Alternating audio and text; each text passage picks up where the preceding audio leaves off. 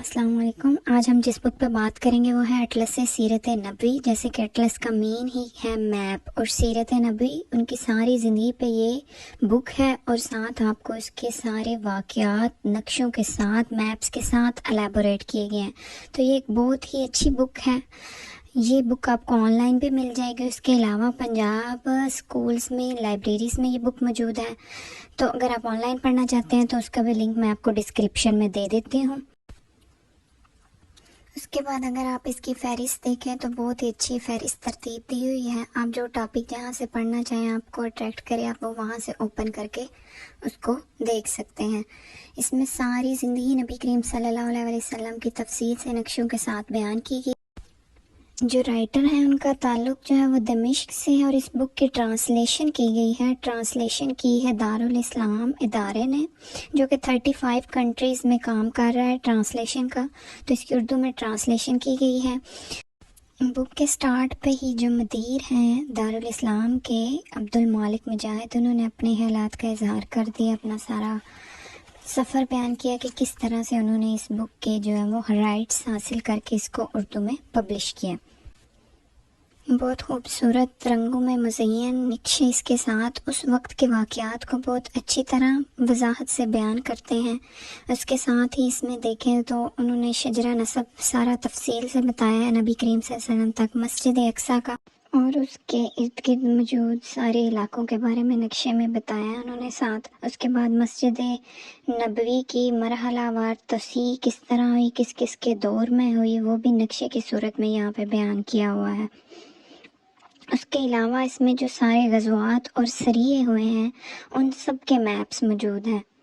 अब्दुल्ला बिन हज़ाफ़ा समी रज़ी अल्लाह ताला अन्हु जब हरकल के पास नबी करीम सल्लल्लाहु अलैहि वसल्लम का दावतनामा लेकर गया तो उसने अब्दुल्ला बिन हज़ाफ़ा को नसरानी मज़हब कबूल करने की दावत दी कि बसूरत दीगर तुम्हें खोलते तेल में डाल दिया जाएगा। आपने इसके सामने एक असीर मुसलमान को वाकई खोलते तेल में डालकर शहीद कर दिया गया, मगर आपने कमाल इस्तकामत का सबूत दिया। इन्होंने अपनी रिहाई के लिए रूमी शहंशाह के पेशानी चूमने की शर्त और मालो दौलत और हसीन औरतों के लालच को भी ठुकरा दिया। रसूल सल्लल्लाहु अलैहि वसल्लम ने चांदी की अंगूठी बनवाई जिस पर नक्श 3 सतरों में था। सबसे निचली सतर में लफ्ज़ मोहम्मद था, दरमियान में लफ्ज़ रसूल और सबसे ऊपर लफ्ज़ अल्लाह था। गोया नीचे से ऊपर को पढ़ा जाता था और महर की किताबत उल्ट थी ताकि महर लगने के बाद तहरीर सीधी पढ़ी जा सके। ये अंगूठी रसूल सल्लल्लाहु अलैहि वसल्लम के दस्ते मुबारक में रही, फिर हज़रत अबू बकर रज़ी अल्लाह ताला अन्हु के हाथ में और फिर हज़रत उमर रज़ी अल्लाह ताला अन्हु के हाथ में, फिर हज़रत उस्मान रज़ी अल्लाह ताला अन्हु के हाथ में आई, हत्ता कि इनसे बरे अरीस में गिर गई। ये मस्जिद कबा के करीब एक कुआं है। वो 3 दिन तक अंगूठी तलाश करते रहे, लेकिन कुएं का सारा पानी निकाला गया मगर वो अंगूठी ना मिली और ना उसे मिलना था। और इसी साल हज़रत उस्मान रज़ी अल्लाह ताला अन्हु को शहीद कर दिया गया।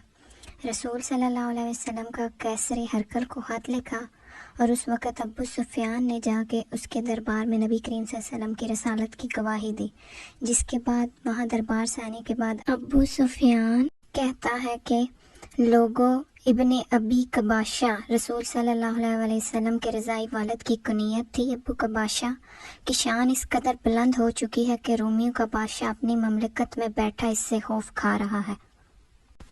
ग़ज़वा मोता में हज़रत जाफ़र के दोनों बाजू कट गए थे। इस पर नबी करीम सल्लल्लाहु अलैहि वसल्लम ने फरमाया, अल्लाह ने इन्हें 2 बाजुओं के एवज़ 2 पर अता कर दिए हैं जिनके ज़रिए से ये जन्नत में उड़ते फिरते हैं, इसलिए इन्हें जाफ़र त्यारा कहा जाने लगा।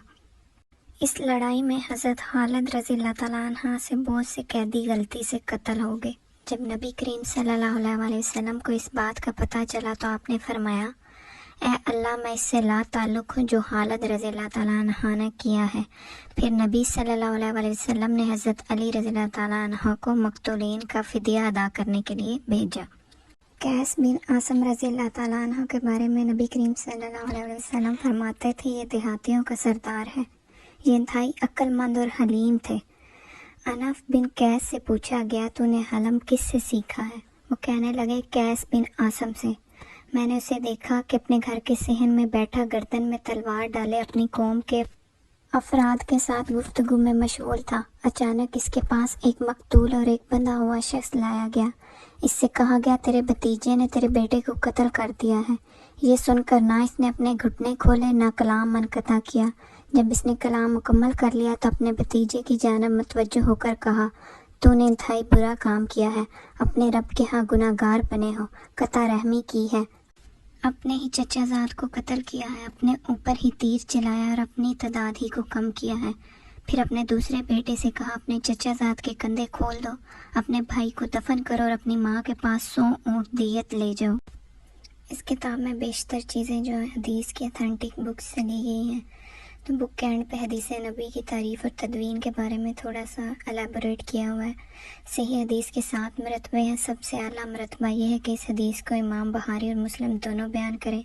جس حدیث کو صرف امام بخاری بیان فرمائیں اور جس کو صرف امام مسلم بیان فرمائیں، جو حدیث امام بخاری مسلم دونوں کی شرائط پر پوری اترتی ہو مگر انہوں نے اسے بیان نہ کیا ہو، جو حدیث صرف امام بخاری کی شرط کے مطابق مگر انہوں نے اسے بیان نہ کیا ہو، جو حدیث صرف امام مسلم کی شرط کے مطابق ہو مگر انہوں نے اسے بیان نہ کیا ہو، وہ صحیح حدیث جسے امام بخاری مسلم کے بجائے دوسرے ائمہ میں سے کسی نے اپنی کتاب میں بیان کیا ہو۔